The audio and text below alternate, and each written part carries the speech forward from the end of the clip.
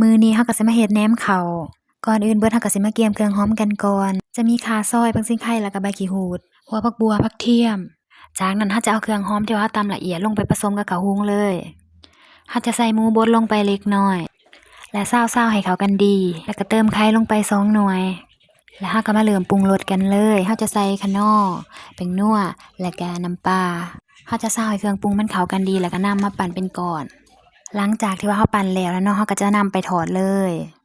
เราจะทอดไปในระยะหนึ่งเนาะกะว่ามันเหลืองดีแล้วจั่งค่อยปีนเด้อทุกคนเด้อถ้าว่าเราปีนไว้นะจะเฮ็ดให้เขาน่ะแตกออกจากกันได้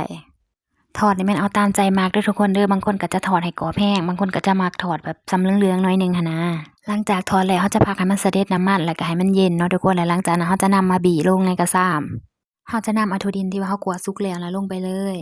หรือว่าผู้ใดที่ว่ามักทอดหั้นนะทุกคนก็สามารถเอาถั่วดินลงไปทอดในน้ำมันได้แล้วก็เติมด้วยหนังหมูลงไปส่วนว่าหนังหมูน่ะถ้าไผบ่มักก็บ่ใส่ก็ได้เด้อทุกคนเด้อและสิ่งที่ขาดบ่ได้ในเมนูนี้ก็คือสมหมูเด้อทุกคนซาวให้เข้ากันแล้วก็บีบบักนาวลงไปตามด้วยผักหอมสำหรับเมนูแหนมข้าวแล้วบางคนก็จะใส่บักพร้าวขูดลงไปนำเด้อทุกคนเด้อแต่ว่าส่วนตัวแล้วบ่มักเนาะก็เลยว่าบ่ได้ใส่ลงไปมื้อนี้นะบ่ได้ใส่ก็ถือว่าแซ่บคือกันเด้อทุกคนเด้อสุดท้ายแล้วก็แล้วล่ะเด้อทุกคนเมนูแหนมข้าวเฮามากินนำกันเด้อทุกคนเด้อ